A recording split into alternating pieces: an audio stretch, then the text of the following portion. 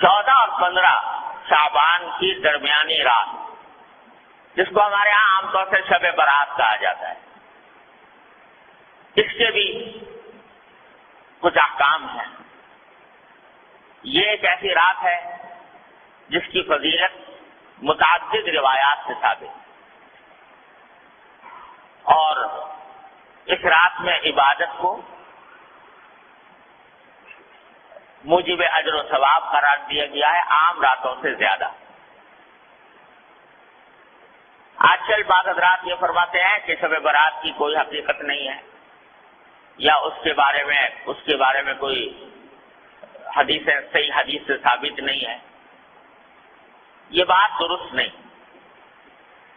حقیقت میں شب برات کی فضیلت 17 صحابہ کرام رضی اللہ تعالی عنہما سے روایت ہے، 17 صحابہ کرام سے، تو انہوں نے نبی کریم صلی اللہ علیہ وسلم کی طرف سے یہ بیان فرمایا کہ اس رات میں عبادت کرنا فضیلت رکھتا ہے۔ ان میں سے بات روایتیں سند کے اعتبار سے کچھ کمزور بھی ہیں، لیکن مجموعہ ان تمام روایتوں کا 17 روایتوں کا یہ بے اثر اور بے بنیاد نہیں۔ اس لیے علماء محققین کا کہنا یہی ہے کہ شب برات یعنی 14 اور 15 کی درمیانی شب یہ خصوصی فضیلت رکھتی ہے، اور اس میں عبادت کا اہتمام کرنا، نمازوں وغیرہ کا، نفلی نمازوں کا، یہ مسلمانوں کو اس کا اہتمام کرنا چاہیے۔ اور اس میں بعض روایتوں سے معلوم ہوتا ہے کہ اللہ تبارک و تعالیٰ کا منادی اس رات میں آواز لگاتا ہے کہ الا هل من مستغفر فاغفر له، سنو کیا کوئی ہے جو اپنے گناہوں کی مغفرت مانگنے والا ہو اور میں اس کی مغفرت کروں۔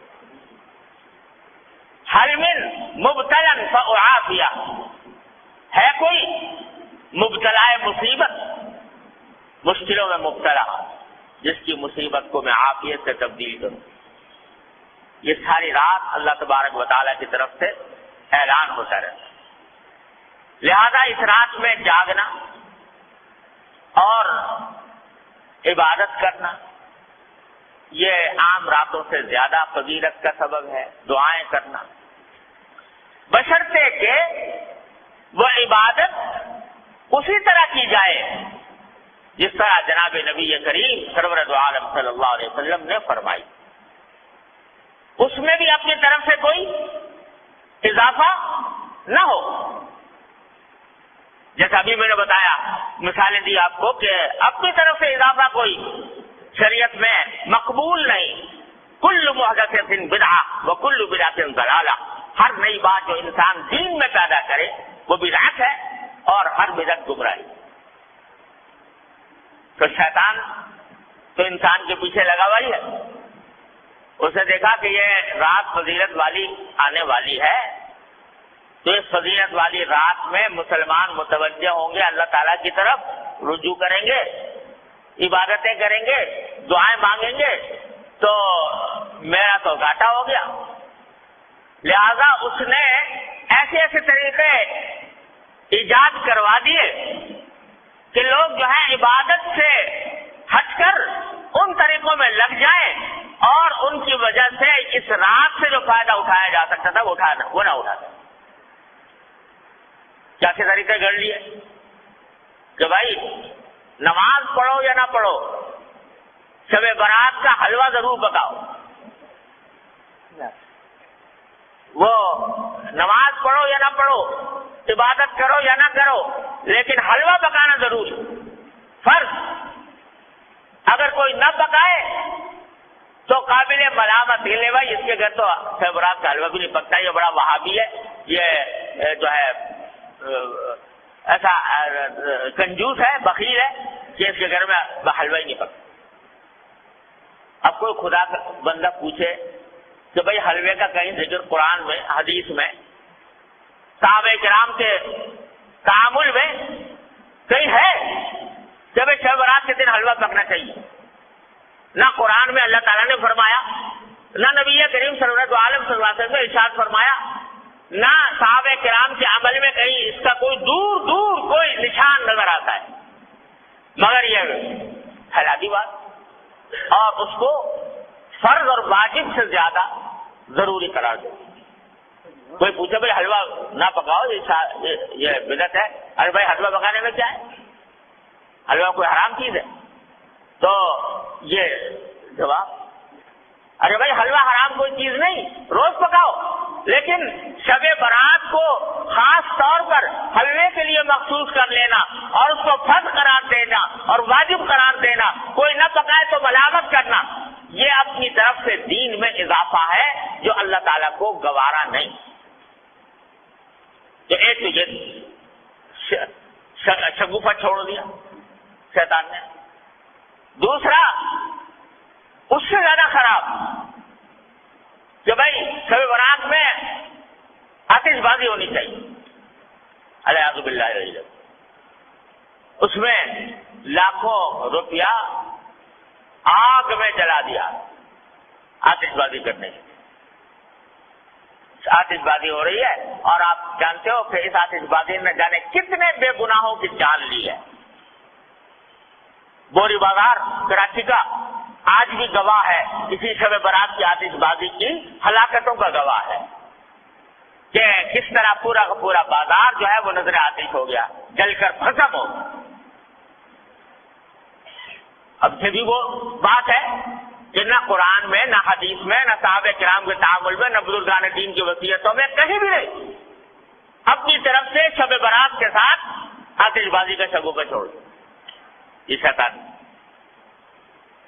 حلوہ پکانا تو چلو بھائی عام دنوں میں جائز تھا، حلال تھا. یہ آتش بازی جو ہے تو عام دنوں میں بھی اس طرح آتش بازی کرنا کہ جس میں پیسے کا ضیاع ہو، جس میں جانیں ضائع ہونے کا اندیشہ ہو، یہ تو عام دنوں بھی حرام ہے. تو اس مبارک رات میں جس میں اللہ تعالیٰ گناہوں کی مغفرت مانگنے کو فرما رہے ہیں، جس میں دعائیں مانگنے کے لیے فرما رہے ہیں، اس میں یہ کام کرنا تو اتنی بڑی بری بات ہے. یہ چھوڑ دیں. تیسرا یہ کہ بھائی یہ ارادے جو ہوتی ہیں جس میں جاگنے کا حکم دیا گیا ہے عبادتوں کا، اس کا اصل طریقہ یہ ہے کہ آدمی براہ راست اپنے پروردگار کے ساتھ رابطہ اور رشتہ قائم کرے، تنہائی میں، خلوت میں اللہ تبارک و تعالیٰ کی بارگاہ میں حاضر ہو، وہ ہو اور اس کا اللہ ہو، اور وہ اس میں عبادت بھی کرے، سجدے بھی کرے، دعائیں بھی مانگے، تلاوت بھی کرے. جتنا آدمی خلوت میں، تنہائی میں اللہ تبارک و تعالیٰ کی عبادت کرے گا، اتنا ہی اللہ کے ساتھ مضبوط تعلق پیدا ہوگا، اتنا ہی اجر و ثواب ملے گا، اتنی دعائیں انشاءاللہ قبول ہوں گی. لیکن بعض اوقات یہ بھی ایک قصہ کھڑا ہو گیا کہ اس میں جلسوں کا سلسلہ شروع ہو گیا. جلسے ہو رہے، راتیں جو ہیں وہ جلسے کی انتظامات ہی میں صرف ہو رہی، کھانے پک رہے ہیں، دیگیں چڑھ رہی ہیں، دعوتیں ہو رہی ہیں. تو نتیجہ یہ کہ وہ اوقات جن کا لمحہ لمحہ قیمتی تھا وہ جلسوں کے انتظامات میں صرف ہو رہا ہے، دیگیں چڑھ رہی ہیں، کھانا پک رہا ہے اور لوگ دعوتیں کر رہے ہیں. ارے بھائی یہ اللہ نے رات عطا فرمائی ہے، یہ اس کا جتنا بھی حصہ موقع مل جائے، اچھا تو ہے کہ پوری رات پوری نہ ہو سکے، جتنا موقع مل جائے گوشہ تنہائی میں اپنے اللہ سے رابطہ قائم کرو، جیسا کہ نبی کریم صلی اللہ علیہ وسلم فرماتے. تو اس میں نمازیں، نفل نمازیں پڑھے، لمبی لمبی صورتیں اگر یاد ہیں وہ پڑھے، دعائیں کریں، مناجات مقبول دعائیں، نبی کریم صلی اللہ علیہ وسلم کی دعائیں ہیں وہ کریں، اپنے ذات کی دعائیں کریں.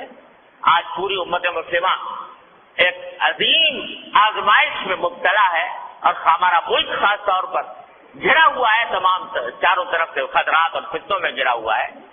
اس کے لیے دعا کریں اور اللہ تبارک و تعالیٰ سے مانگیں.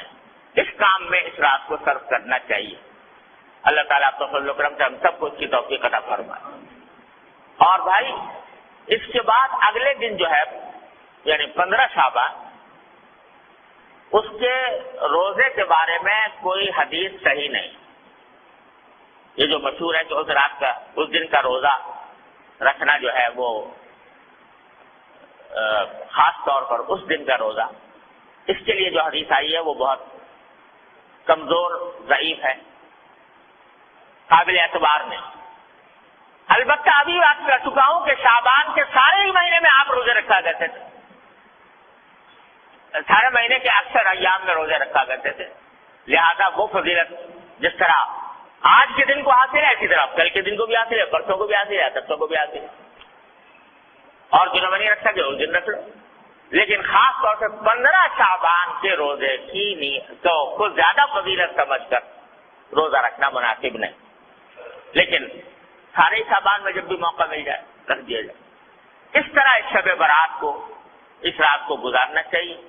اللہ تبارک و تعالیٰ سے دعائیں کرنی چاہیے. البتہ ایک بات اور سمجھ لیجئے، ایک روایت میں آتا ہے کہ اللہ تعالیٰ اس رات کے بارے میں بھی آتا ہے، شب قدر کے بارے میں بھی آتا ہے کہ اللہ تعالیٰ اس رات میں اتنے لوگوں کی مغفرت فرماتے ہیں جس میں قبیلہ کلب کی بکریوں کے بال، آپ نے یہ فرمایا. قبیلہ کلب بہت بڑا قبیلہ تھا، ان میں بکریاں بہت ہوتی، ہر بکری کے جسم پہ بال بہت ہوتے. تو سارے قبیلے کی بکریوں کے بال جتنے ہیں اتنے انسانوں کے لیے مغفرت ہوگا. مگر فرمایا 2 آدمیوں کی مغفرت ہے، اللہ بچائے. ایک وہ جو کسی مسلمان سے کینہ رکھتا ہو کسی مسلمان سے. کینے کے معنی یہ کہ اس کی بدخواہی پر آمادہ ہو، بلا وجہ اس کو برا سمجھ کر اس کو تکلیف پہنچانے اور اس کو ذلیل کرنے کی فکر میں رہتا ہو، اللہ بچائے. ایک تو اس سے گناہ معاف نہیں ہوتا اس رات. اور ایک فرمایا وہ جو اپنے پاجامہ، شلوار، پتلون جو بھی پہنے ہوئے ہے اس کو ٹخنوں سے نیچے لٹکائے، اللہ بچائے. تو اس کے بارے میں بھی حدیث میں آتا ہے. لہذا اس کا اہتمام کرنا چاہیے، ہمیشہ ہی کرنا چاہیے کہ اللہ تعالیٰ کسی مسلمان کے خلاف دل میں کینہ رکھنے سے محفوظ رکھے. ارے بھائی کوئی اگر کسی سے کوئی غلطی ہوئی ہے تو اس غلطی کا اس سے بتا دو، معاملہ صاف کر لو. کوئی شکایت ہوئی ہے، شکایت گلا کر کے معاملہ صاف کر لو. اور تمہیں شریعت نے یہ بھی حق دیا ہے کہ جس سے جتنی تکلیف پہنچائی ہے تم اتنی اس کو بھی پہنچا دو، بدلہ لے لو برابر سرابر کا. لیکن دل میں کینہ لے کے بیٹھ گئے اور اس کو ہر طرح ذلیل کرنے، خوار کرنے، تکلیف پہنچانے، بدخواہی کرنے کی فکر میں لگ گئے. یہ چیز جو ہے وہ اتنی بڑی گناہ ہے، اتنا بڑا گناہ ہے کہ اس رات میں بھی معاف نہیں. اسی طرح یہ بھائی آج کل بہت ابتلا ہے اس میں ٹخنوں سے نیچے لٹکانے کا. اللہ تعالیٰ ہر مسلمان کی حفاظت فرمائے. یہ حدیث میں فرمایا کہ یہ اصل میں تکبر کی علامت ہے. اور تکبر ایسی چیز ہے جو اللہ تبارک و تعالیٰ تکبر کو کسی قیمت پر برداشت نہیں کرتا. فرمایا الکبریاء ردائی فمن نازعتہ قسمت او کما قال صلی اللہ علیہ وسلم کہ بڑائی تو میری صفت ہے، میری چادر ہے. جو کوئی مجھ سے اس میں جھگڑنا چاہے گا اس کی گردن توڑ دوں. تو تکبر بہت خراب ہے اور یہ تکبر کے علاوہ اس واسطے اس سے حضور نے منع بھی فرمایا اور اس جگہ پر خاص طور سے اس کا ذکر فرمایا. اس کا بھی بھائی ہر مسلمان، کیا اس میں فائدہ ہے کہ آدمی لٹکا لے، ٹخنوں سے لیے چلا جائے گا تو کیا فائدہ حاصل ہو جائے گا، کون سی دولت مل جائے گی، کون سی لذت حاصل ہو جائے گی. لیکن نبی کریم صلی اللہ علیہ وسلم کے حکم کی مخالفت ہوگی، اتنی بڑی وعید کا سامنا کرنا ہوگا. اللہ تبارک و تعالیٰ اپنے فضل و کرم سے، اپنی رحمت سے ہمیں اس رات سے صحیح فائدہ اٹھانے کی توفیق عطا فرمائے اور اس میں اللہ تعالیٰ کی رحمتیں اور برکتیں جمع کرنے کی توفیق عطا فرمائے اور اپنے غضب اور اپنی ناراضی کے اسباب سے ہماری حفاظت فرمائے. ہاں بھائی یہ بات بھی رہ گئی کہ شب برات میں قبرستان جانے کا مسئلہ. ایک مرتبہ ایک روایت میں آتا ہے کہ ساری حیات طیبہ میں رسول کریم صلی اللہ علیہ وسلم ایک رات، ایک روایت میں ہے، وہ سندن اتنی زیادہ مضبوط بھی نہیں ہے، لیکن بہرحال اس میں آتا ہے کہ آپ جنت البقیع تشریف لے گئے اور وہاں پر دعائیں فرمائیں، قبلہ رو ہو کر دعائیں فرمائیں. لیکن یہ ساری زندگی میں ایک ہی مرتبہ یہ واقعہ ہے، آگے پیچھے ہر سال جانے کا کوئی معمول نہیں تھا. لہذا اگر کوئی شخص جائے اس نیت سے کہ ایک مرتبہ حضور تشریف لے گا میں بھی چلا جاتا ہوں تو کوئی حرج نہیں، لیکن اس کو ایک مستقل سنت قرار دینا کہ ہر سال جانا ضروری ہے، یہ سمجھنا درست نہیں. اس طرح اگر کوئی شخص اگر جا کر اپنے مردوں کے حق میں دعائیں کرے، اپنے حق میں دعائیں کرے تو اس میں کوئی مذائقہ بھی نہیں، نہ موم بتی نہ اگربتی، سب ایمان کا نور چاہیے، موم بتیوں اگربتیوں کا نور. واخر دعوانا الحمدللہ رب العالمین.